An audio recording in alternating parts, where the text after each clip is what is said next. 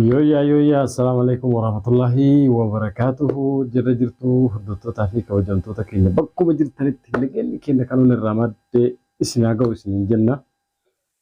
Egaa har'allee dachaanee garuu mootiyyuu har'a wanni walitti dachaaneen oduu gammachiisaa fakkaata.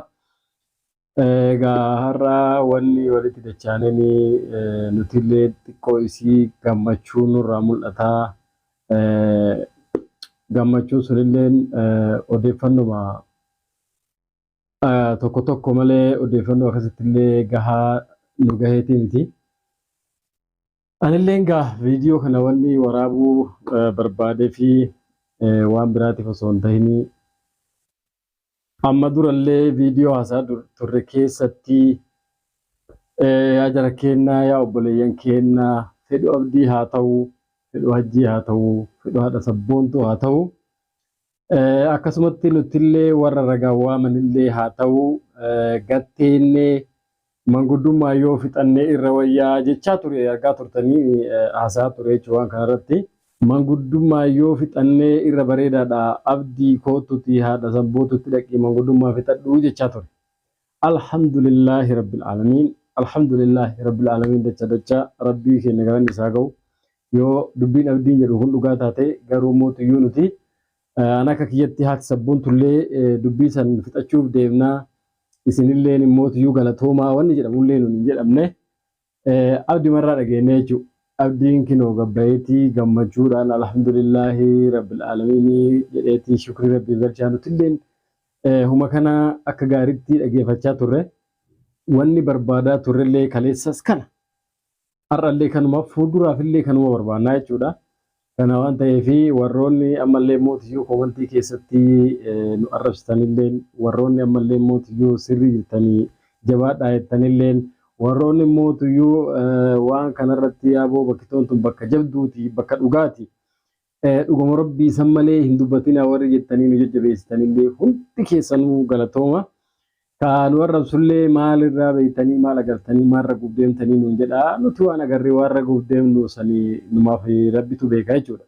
Kanaaf guutuun keessanuu galatooma bakkuma jirtanitti galanni keenya isin bira haa ga'u isiniin jenna.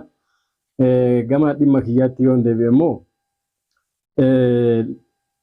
ilmi namaa wal loluu numa jiraatii kaleessas wal lolaa har'as borus wal lolaa ture dheengaddas wal lolaa dhufe garuu mootiyyuu wanni barbaachisu wal morka faallaa walii wal maddii deemanii wal madeessuurraa walirraa deebi'anii walii gaabbanii namichi kun oduma akkanatti deemu dogongoruma kanatti qilee seenuu hedaa nutillee yoo akkanatti jala deemnetiin ka jennu taate buru seenan nu gaafata seenan nu dhiisuu jettee haati sabboontuu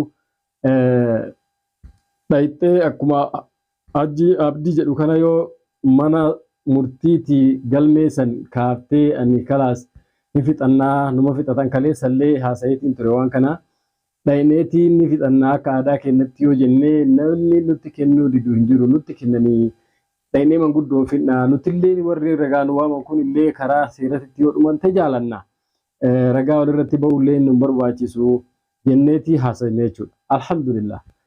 Har'a abdiin gadi bahee oduu gammachiisaa jedhee hoggaa nu himuma kana nu hime. Nutilleen itti gammannee hordoftoonni kennalleen warri nu hojii cinqamtanillee nuuf gammada ammas rabbiin fiixa haa baasu jennee du'aa hima goona.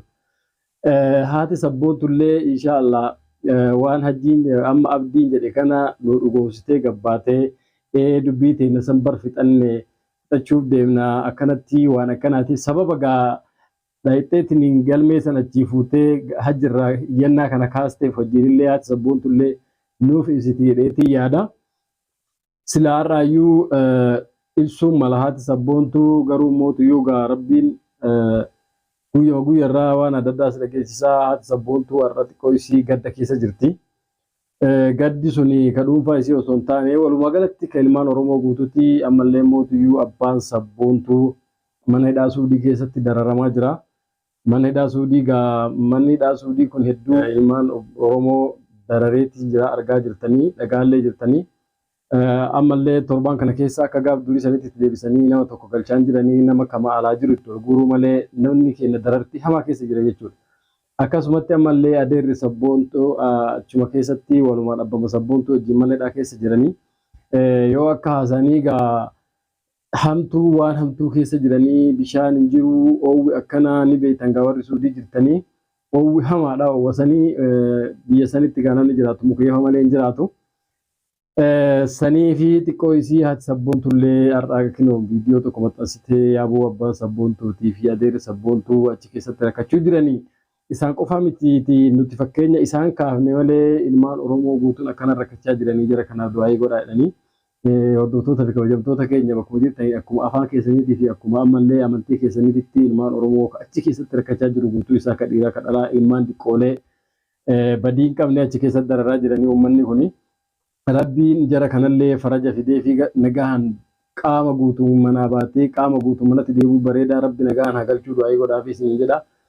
Haasaa kanatu kararraa nama isii malee wanni an deemuuf waan biraati. Egaa kana jenne egaa ammootiyyuu haati sabboontullee inshaallah boruu wayiin gabbaatee akkuma amma abdiin nu gammachiisee haati sabboontuu fixachuuf deemtii. Haati sabboontuu natu sitti dhufee sii fixataa warri mootiyyuu ala taa'eetiin kaleessa walitti nu oofaa ture. Anaaf haati sabboontuu fixannaa jaraan immootiyyuu nuufi jarri alumatti waliin fixannaa jedhe abdii kenna.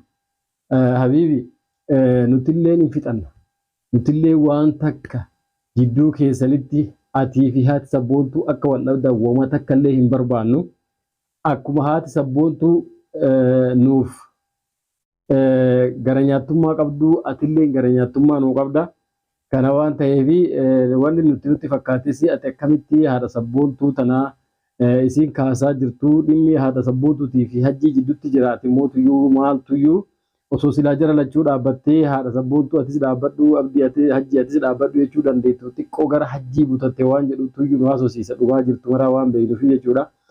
Kanaaf abdii kenna yoo atii fi haati sabboontuu fixattan nutillee fixanne atii fi haati sabboontuu fixattanii furmaanni jidduu keessanitti bu'ee nageenyi buunaan nutillee fixanne nageenyi jidduu keenyatti bu'ee rafnee bulla nagaan jechuudha.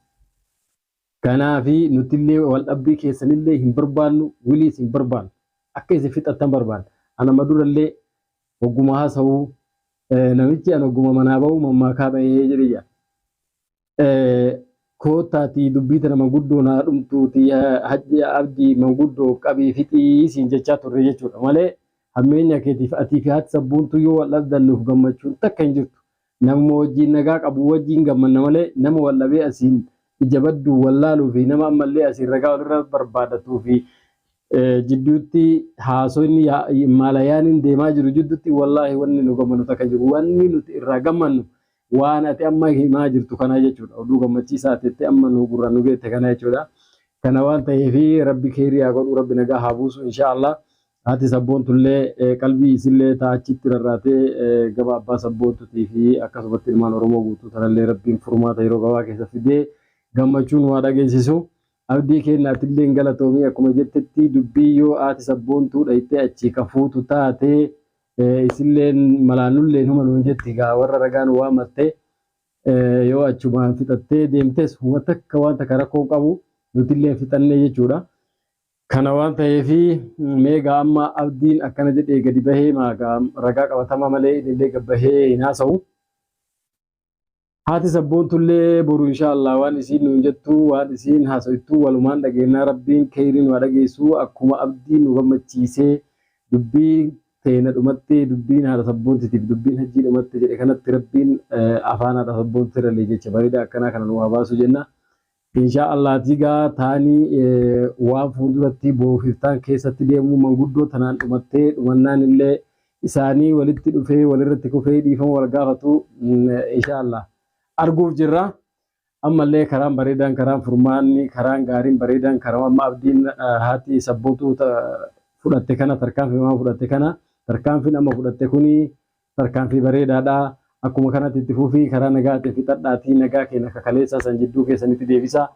Yoo jidduu keessanitti nageenyi deebi'ee jidduu keenyattis nageenyi deebi'ee nuti illee nagahan isii wajjin kolfinee isii wajjin jiraachuun hedduu nutti tola. Akkasiitii hordoftoota fi kabajamtoota keenya egaa ta'anii mootiyyuu ammaa fi wanni gurraan isin ga'uu dhufee isinillee waan kana nu duuka dhimmamtanii hordoftoonni keenya ganama galgala har'a maaltu ta'a boru maaltu ta'a itti yaaddanii dhaggeeffachuu jirtanii akkuma nuti asillee gammachuu dhageenye isinillee gammachuu dhageettanii wajjin du'aa gootanii fi inshaallah rabbiin dubbii tana karaa nagaatitti nuuf xeenullee rabbi haa gammachiisu du'aa inni godhaati. Hanga mootiyyuu fuulduratti boorofiftaa keessatti maal taanaa maalitti dhufnaa nagaan xumurannee gammachuu keenya isin agarsiifnamoo haati sabboontuu lakkee anuu waan saniin goone abdiin akkanumaan haasaa jettimoo waan isin jettu waliin kalaallu ta'a. Hanga gaafa rabbiin nagaan walitti nu deebisuutti rabbi keeri walitti nu deebisuutti nagaa keessa nu tura bakkuma jirtanitti nagaa nu jiraadhaatti ijoollee mana hidhaa suudii keessatti dararamaa jirtu tana rabbiin daddafee furmaataa fiduu fi bakkuma jirtanitti du'aa kadhadhaa fi isiniin jedha. Manni hidhaa cittuu jahannam irraa taate manni hidhaa kun adaaba bakka mukayyafni hin jirretti bakka wanni isin qabbaneessu hin jirretti biyya owwasan keessatti bakka bishaan hin jirretti wallaahi hedduu ulfaata. Rabbiin furmaata ilmaan Oromooti yaa fiduu ilmaan Oromoo qofaa miti diinuu ilmaan Oromoo illee rabbiin madabinii gara laafummaa qabna gaa'ii.